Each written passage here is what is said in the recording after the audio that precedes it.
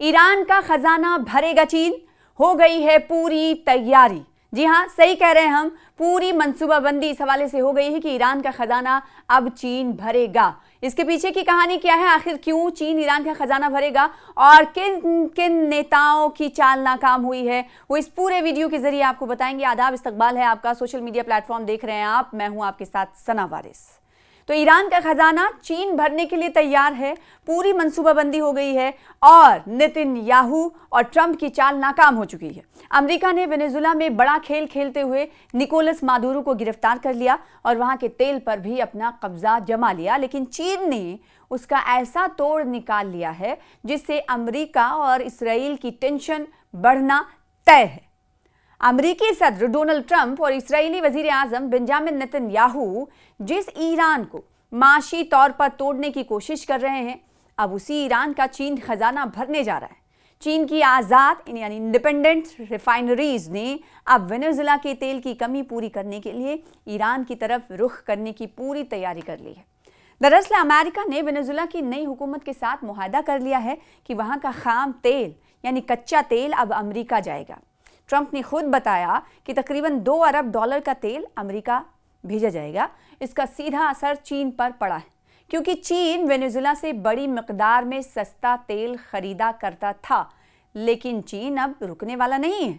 Market के माहिरीन और जो ताजिर हैं उनके मुताबिक जैसे ही वेनेजुला से तेल की सप्लाई बंद हुई, चीनी रिफाइनरीज ने अपना पूरा फोकस ईरान और रूस की तरफ मुंतकिल कर दिया है। इसकी वजूहात क्या हैं, इसकी वजह क्या है? तो इसका जवाब यह है कि इसकी दो बड़ी वजह हैं, दो बड़ी वजूहात हैं। पहली ये सस्ता मुतबादिल यानी सस्ता ऑप्शन उन्हें मिला। ईरानी हैवी क्रूड इस वक्त मार्केट में सबसे सस्ता और बेहतरीन मुतबादिल बनकर उभरा है और कीमत का खेल भी है दूसरी अहम वजह। जी हाँ, वेनेजुला के तेल की किल्लत के साथ ही ईरान अपना तेल बैनुल-अक़वामी बेंचमार्क से तकरीबन $10 फी बैरल सस्ता फरोख्त करता है।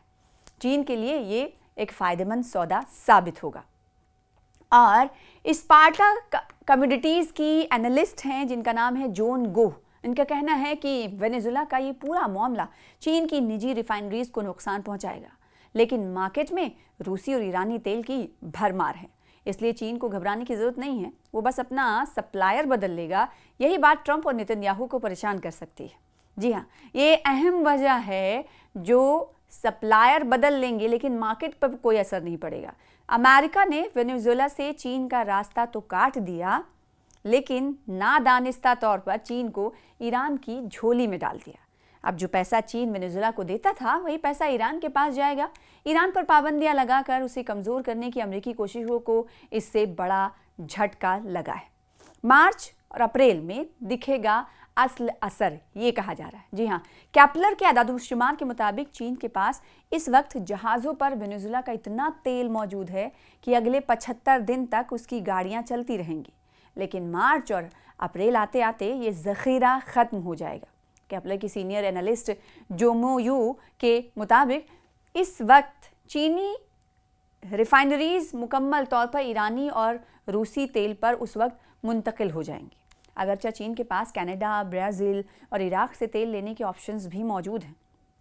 कैनेडियन तेल पर भी रियायत मिल रही है, क्योंकि अमेरिका में तलब कम होने की उम्मीद है, लेकिन चीन की टी पॉट रिफाइनरीज के लिए ईरानी तेल की केमिस्ट्री और माशी पहलू सबसे ज़्यादा मौजू हैं। मजमूई तौर पर वाशिंगटन ने सोचा था कि वेनेजुला पर कब्जा करके वो सप्लाई चेन अपने हाथ में ले लेगा, लेकिन ड्रैगन यानी चीन ने अपनी नई मंसूबाबंदी से, अपनी नई चाल से ईरान की चांदी कर दी है। और ये ईरान की चांदी इस ज़िम्न में भी देखी जा रही है कि वो ईरान जो अपने आप को किसी भी सिहूनी हुकूमत के सामने सरे तस्लीम खम नहीं करता, बल्कि सीना चौड़ा करके लड़ाई लड़ता है, वो ईरान और मजबूत होगा। तो जब ईरान को मजबूती होगी तो ईरान के मईशत को भी मजबूती मिलेगी, और ईरान का मईशत मजबूत होगा तो ईरानी फ़ौज मजबूत होगी, और यूरेनियम अफजुदगी को लेकर, एटॉमिक अफजुदगी को लेकर जो कई ममालिक की तरफ से पाबंदी उस पर आयत की गई है, उसे कहीं न कहीं तक़वियत मिलेगी। तो ऐसे में ये कहा जा सकता है कि अमेरिका और इसराइल के लिए ये बड़े झटके के तौर पर है। वेनेजुएला पर कार्रवाई तो अमेरिका उसकी वाहवाही कर रहा है और बता रहा है कि हमने उन्हें गिरफ्तार किया है, उनकी पत्नी को गिरफ्तार किया, उसका वीडियो भी उनकी तरफ से जारी किया गया। लेकिन इसके पीछे की वजूहात भी अब दूसरे ममालिक को कहीं ना कहीं मजबूत करते हुए नज़र आ रही, जिनमें इस ईरान सरे फहरिस्त है। तो चीन अपनी कमी को वहाँ से पूरा करेगा और इस ज़िम्न में ईरान को और इस कड़ी में ईरान को मजबूती मिलेगी, तो कहीं ना कहीं ईरान इंटरनेशनल सतह पर और मजबूती के साथ खड़ा हो पाएगा। 12 रोज़ा जंग आपको याद होगी कि उस दौरान जब अमेरिका ने ऑपरेशन हैमर के तहत इसराइल के साथ मिलकर यूरेनियम की अफजुदगी को रोकने की कोशिश की थी, एटॉमिक ठिकाने पर हमला किया था, जिसमें से 3 अहम एटॉमिक ठिकाने थे जिन्हें धचका पहुंचाने की बात अमेरिका की तरफ से कही गई थी, जिस पर ईरान ने कहा था कि हमें चोट पहुंचाने की कोशिश की, बर्बाद करने की कोशिश की गई थी, लेकिन इसमें अमेरिका कामयाब नहीं हुआ, हमें सिर्फ चोट पहुंची है, यानी थोड़ा सा ज़ख्म हुआ है जो भर जाएगा, लेकिन हमारा जो अज़्म है वो हम जारी रखेंगे यूरेनियम अफजुदगी का। और तो कहीं ना कहीं ये कहा जा सकता है कि ये चीन तो अपनी मार्केट पर असर नहीं आने देगा ईरान से तेल लेकर, और जहां वेनेजुएला से वो तेल लेता था तो उसका मार्केट सप्लायर जो है वो बदल गया है, लेकिन इससे मजबूती आखिरकार चीन को मिलती हुई दिखाई देगी।